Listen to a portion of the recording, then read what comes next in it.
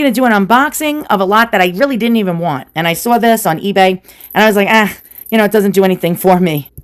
But something intrigued me, and I just stood there staring at everything in the lot. I was just like looking at every single thing, trying to understand what I'm seeing with this seller's one blurry photo, not more than one photo of this lot. But then something popped out at me. And let's see if you can notice. I mean, it completely popped out as something as that I collect, but I can't usually afford. And I can't add a lot of these to my collection unless I find them for a really affordable price, which is almost impossible. So I don't know if you can see it. I don't know. Most of you will not notice it. And I asked 3 people who I knew, what was it I was after? And they all picked the same thing, which was not what I picked. All right. Did you find it yet? All right, let's do the unboxing. All right. I hope whatever it is that I'm hoping it is, that one item is last. But we'll see about that. All right. So I didn't want any of this other stuff. It's a shame. I don't know what I'm going to do with it. I mean, I don't even know what half of it is, but it doesn't interest me. But let's see. It's going to be a long unboxing, so don't hit the back button. And,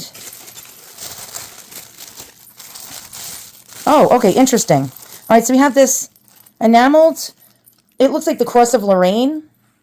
Oh, 1904. Member of the Grand Encampment, San Francisco. Is this a Masonic thing? Wow, this is old. This is antique. I actually like this. Could this be the Knights of Templar? Or the Knights of Malta? Oh, we're going to do some research, boys and girls. This actually might have value that might pay for this whole entire lot. All right, let's go ahead. Now, this whole entire lot was under $75. And then we have this. I wasn't interested in it. It looks like some kind of running award. Maybe high school. It looks like the pin is, it's not a modern safety catch. Don't know how old it is. Next, we got another one. I mean, it doesn't necessarily mean if it doesn't have a safety catch that it's old. But a running award of some sort. Oh, we got a year. Cross country 12th cross country 1955. All right, it's not my thing. This person was athletic apparently. And this person came in second for a mile. Oh, it's a sterling. Wow, and this is a heavy chunk. I'm not kidding you. This metal is a heavy, heavy chunk. Pasadena. Oh, wow. Okay, we can even look this stuff up. There's another one. Now, is this gold? Wouldn't that be great if this was gold? I don't see any markings. It looks brass. And no information. All right, this person was highly athletic. We get another medal over here. And I'm going to start with the back. It does not have a safety catch. I don't see any markings. That doesn't mean that they're not there. They could be hidden somewhere. Let's see what it says. It says, Yekman CAA? We have to look that up. It might be a fraternal organization. Now, the sad part of this is the seller. Now, I'm not giving the seller any kind of, punchback here, but they were selling all their grandmother's stuff. They had all their family photo albums going back from the 1700s. Well, it wasn't actual photos, of course, because they weren't invented until somewhere in the late 1840s. But there was portraits, family portraits, and watercolors, like miniature portraits from the 1700s with photographs as early as the 1850s, 1860s that they were selling. And it was very, very sad. Multiple different lots of their family's photographs and early family history. And I get the name of Walsh is in my hint of when I was checking out all the other stuff they were selling. The name of Walsh. So whoever owned this was a Walsh person from, the seller was in San Antonio, Texas. So I can do a little genealogy research, but I could possibly ask the seller as well. But, all right, I don't want to mess with this because this stuff is delicate. Oh, good. The thing that I was after isn't in this pile. All right, so let's look. Oh, this is really heavy. And this says Camp Stewart. Wow. All right, so this person was probably in the military.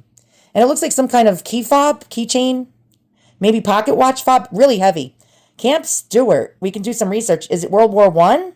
Perhaps World War II? And it says on the back, senior. Really interesting. Or unless maybe it's a camp, not military. Maybe it's an actual camp. I don't know. Yes, there was a major military camp named Camp Stewart in Georgia, established in 1940 as an anti-aircraft training center. It was later reactivated and redesignated as Fort Stewart in 1956, which remains an active U.S. Army installation today. There was also a temporary U.S. Army camp called Camp Stewart in El Paso, Texas, around 1916. Victoria Invitational, Victoria, Texas. A runner. We got a runner over here. dickety-doo, 1956. Interesting. Okay, now we have on the back, 1956, third place for a mile. Robstown Relays. Wow, this person was really athletic.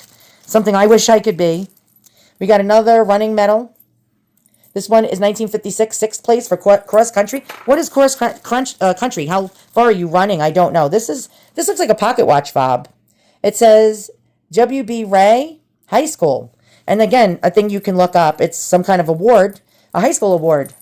Not that I really wanted any of this, but this is really heavy. It looks like, is that football? A football award maybe? Shot put. Oh, it's those things where you throw those weighted balls. Third place. Like I think the Scottish people do that. I'm part Scottish and I've been to Scottish Fest. I see them toss this heavy ball. And this is another running award. Fourth place for 2 mile. And it says Robstown, 19. Well, this person was an avid runner, 1954. Unfortunately, none of these probably have any value. Again, we got this throwing of a disc. And it says 1953. First doubles, I don't know. No value at all, really. I don't expect much out of this. We get someone running. Is there information? Yes, this is second place for the mile run. It doesn't say what kind of medal it is. At least we have sterling silver on one of them. Another runner, cross country, 1956. Let's go through this fast because the main finale is what I'm after. Second mile, Robstown, 1954 for the 2 mile run. This person, again, a real avid athlete. Third mile, 1955, third place, I guess, for a mile run. What else do we have here? A button, a lapel button. Oh, is this the Knights of Templar? Maybe the Knights of Columbus? We'll look that up. I'm going to put that on the side. With the 1904 San Francisco medal that I really liked. This one is FAA Bowman? Okay, that looks old. I don't know, even could be in the 50s. But when I say old, I like early 20th century to earlier Victorian stuff. And this is Junior CAA Bowman, Junior Bowman. It's probably a high school medal. Not anything of interest to me. We have here Junior something. It's probably a high school award again. Really interesting. But it smells heavily of perfume, which is odd. Or cologne, maybe. Again, another probably high school medallion. It's verdigreed and dirty. We got another one that looks like another high school junior. Well, this person was like probably a high achiever from what I'm getting at here. What is this? It looks like a sharpshooter or, archery. Archer. Something CAA, Archer. Anyone knows anything about this stuff, let me know. I mean, really no value except for the sterling silver one. Probably the 1904 encampment one. And the other one that looked like it had a Knights of Templar symbol. Again, a CAA Bowman. We got archery. I believe it's archery. Could it be a rifle? Archer, CAA. Archer, CAA. Could this be silver? No, definitely not. Silver. And again, we have, I think, an archery award. CAA. Whatever. Okay. Now, the thing I was after should be in this pile. I don't know what kind of condition it is in because we saw the one picture and it was just in that one picture. And the seller did not supply any other pictures. And I took a gamble on this. I took a gamble. And I didn't want anything in this lot except for one thing. And, here it is. And it's not in as good condition as I thought. In the picture, it looked like it was in better condition. But we'll get to that. We'll get to that later. How's about that? That was a teaser. Because I want you to stick around. All right, so we have another one of these. 1957 mile second place. On the original card. Why would somebody get rid of their family's things? I don't know. It just makes me sad. Again, a running award. Cross County, 1955. Third place. Again, really no value in these medals at all, sadly. Again, we have this one not marked. Again, another one of these. And this one is not marked. No value. These intrigued me. We have another running award on the original card. It says 1957 second, and it's for a mile. Wow, this person, again, was really a very interesting person, perhaps, because they were athletic. Okay, so we got these medals here. And I did a little research previous to receiving it. And I believe this is a Jewel of Malta. I believe it's called the Jewel or the Maltese Cross of Malta, or the award, I forgot what they called it, something of Malta. And it's like a Templar type of thing. Although the Knights of Templar were a different organization of Catholics who fought for the cross. Even in the Crusades, they were, I think, against each other. They were not together. They were a totally different organization than the Knights of Malta. So, but they did the same thing. They fought for Christianity and were Catholics of knighthood and of royal bloodlines, apparently. This doesn't give us a date, a name, anything. And it looks old. How old? I don't know. The other one may give us a hint, the 1904 one, which we'll do research. And a lot of people think this is a Civil War medal because we got the eagle in the center with the shield, and which was a symbol of the grand something of the Republic. And so a lot of people will sell these as actual Civil War medals when they're not. I'm trying to get a date on this. We don't have a safety catch on this. No name. And again, we have the E pluribus unum with the eagle with the enamel work. It's a really neat looking medal. This one is the prettiest of them all. I saw it in the picture. It was not engraved. I don't see, as far as I could see, not engraved with a name, but apparently somebody was in some kind of Christian fraternity or fraternal organization. This one looks old. It doesn't look new. Maybe the 50s, maybe the early 20th century. We got that encampment one. Let's go ahead and take a look at this. Member of the Grand Encampment, San Francisco, 1904. And this is, didn't they have an earthquake in 1904? I'm going to Google that. Okay, it occurred on April 18th in 1906. So this is 2 years before the great earthquake of San Francisco and California. All right, but yeah, we're going to have to do some research. This one, again, intrigues me as well. I think this means in this sign in hoc something in Latin. I remember this when I took Latin. In this sign we will conquer. I think that's what that means. Very interesting. Can we get a date on it, though? Is it... Oh, I think I see a marking. This will help us to date this. If it has a manufacturing mark on it. Now, this comes to the spot where we have our grand finale. Now, this is where the heavily perfumed smell was coming from. This is actually hair. And it's a double infinity knot. This was made sometime in the 1850s to the 1870s. And the best part of it all was the seller did not know this is real gold. It's like West Hills gold. You could see like there's rose gold in here. Now you might say, but gold, real gold doesn't tarnish. Yes, it does. It gets dirty over time. So I can clean this. Now, a lot of Victorian pieces are not marked with the gold content. So I knew right away when I saw this that this was real gold, and I'll show you some other examples. Generally, these are between 9 and 14 karat gold. How much carats is this?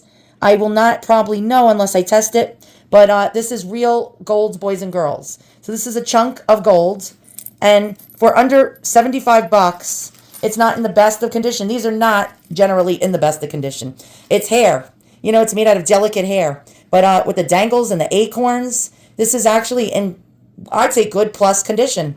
And I can clean up this gold and make it shine like a new penny. So let's go over some of the other ones that we'll see other people having in their collections, and some being listed for sale right now. And we'll find out more about this interesting Cross of Lorraine, I believe. And this fraternal piece right here, which in this sign we will conquer.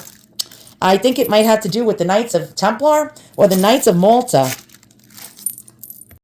All right, so here we see one on Etsy being sold for $459. It's 14 karat gold. And again, it's known as a mourning, like jewelry that's called mourning jewelry, not like in the morning, waking up in the morning. Actually, these were memorial pieces made from the hair of loved ones. Now, this didn't get started until like sometime in the Middle Ages. It was very popular. Then it waned in popularity.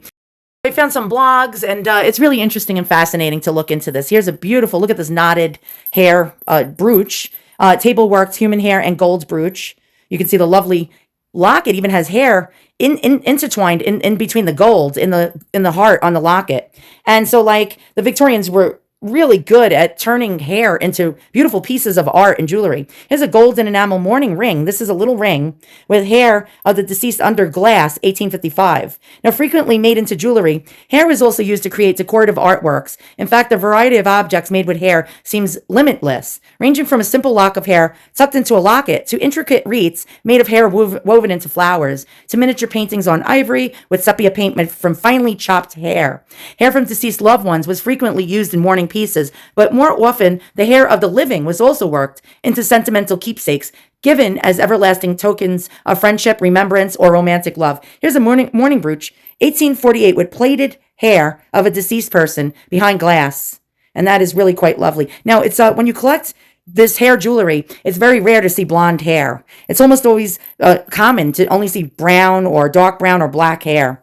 Now, although the use of hair in jewelry dates back many centuries, it reached its apex in form and popularity during the Victorian era, affording Victorians an opportunity to combine their obsession with hair and passion for elaborate ornament with their appearance of sentimental and macabre. Rings, earrings, bracelets, necklaces, brooches, charms, cufflinks, and watch chains made of hair and often elaborately embellished with gold enamel, pearls, and precious or semi-precious gems were all the rage. It didn't stop there. They made shadow boxes with 3D dimensional bouquets, all under domes of glass, and placed it in their Victorian parlors.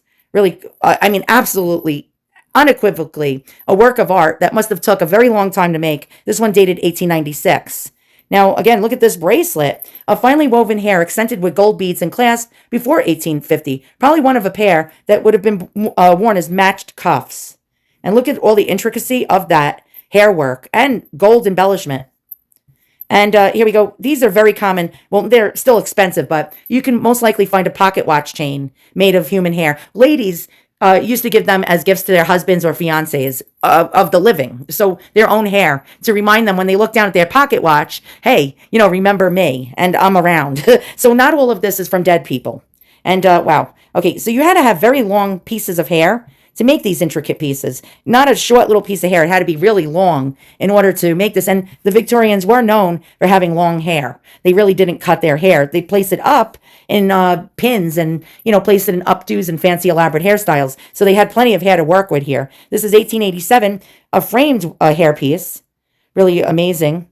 And you'll see a lot of these ornate pieces. This one is gorgeous. This is a brooch memorializing two deceased loved ones with golden enamel. And it says, worked with the Prince of Wales curls from each deceased seed pearls, representing tears, and gold wire work under glass, 1870s. And here we go. This is a brooch of white and brown hair. So this is two different people. You can definitely see that with the different colors of hair. Worked and embellished with gold by the workshop of Antoni Fora, 1847 to 1858. Fora, a Swiss national, ran the leading hairwork studio in London and employed a staff of 50 and included Queen Victoria among his clientele. Look at this intricacy. Really quite amazing. This is a painting with finely chopped hair with gems. This one's very old, 1784, and it's a weeping piece showing someone at a gravesite. So this was a mourning piece, and it's a ring. Really quite lovely. And again, you'll see a lot of these things domed and placed in frames and shadow boxes. Families, whole entire families' hair. You can see different colors going throughout this piece. And here's the detail of the flowers. Imagine my surprise when I found that in that lot with those useless metals that I really didn't want. Because you can see any of these mourning pieces or hair work pieces that were made with jewelry with actual precious metal can go for a tidy sum. They're not cheap to collect, and I generally cannot afford to collect them.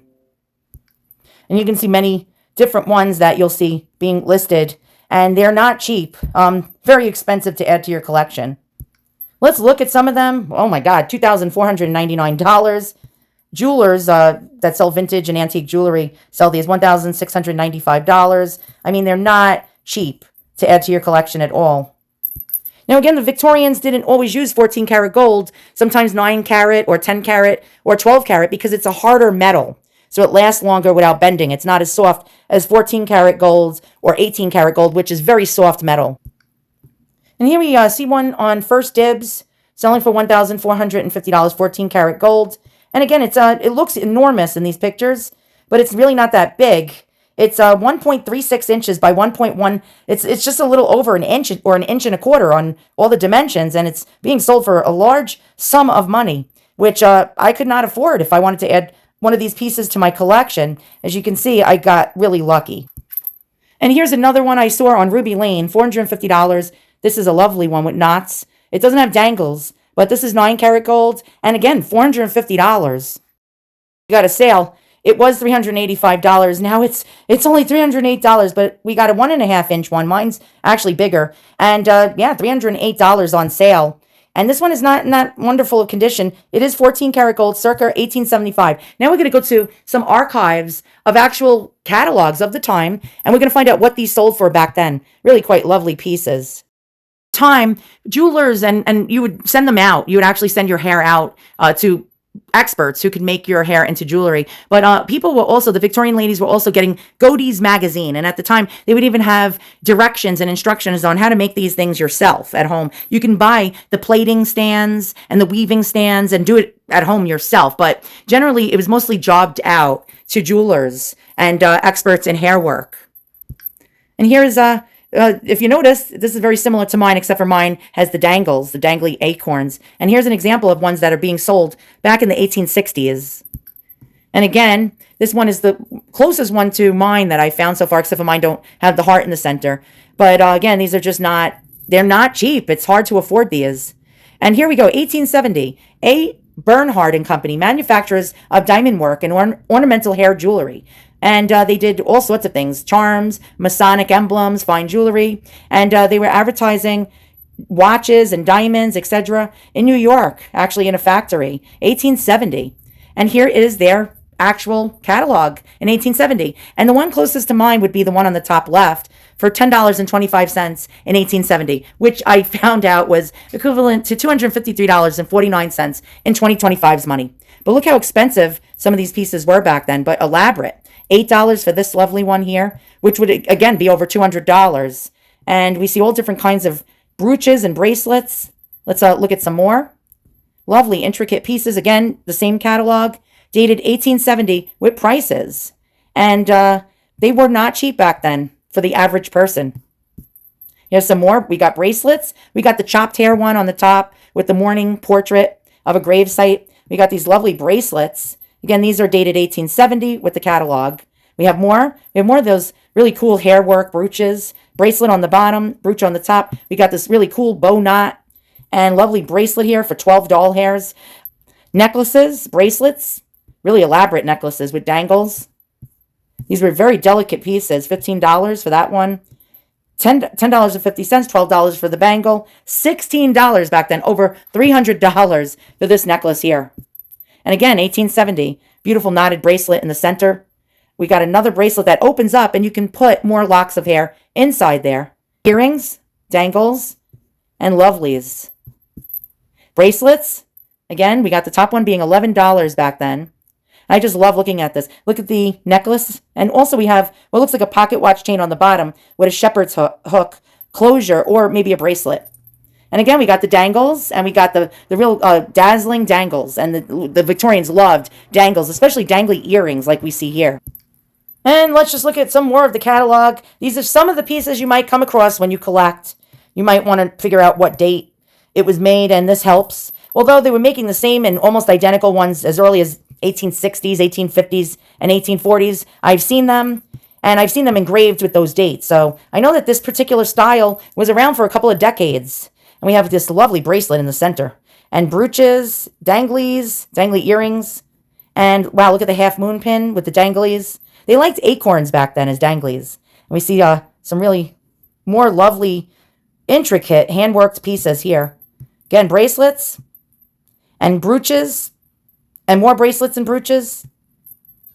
Now, I wanted to make you laugh. I found a bunch of listings on the internet. Civil War veterans, GAR. I think that means grandfather of the Army Republic or something of the Army Republic. Funeral medal, next of kin. So a lot of sellers think that these are Civil War. I wish. Trust me, I wish, because then they would be valuable.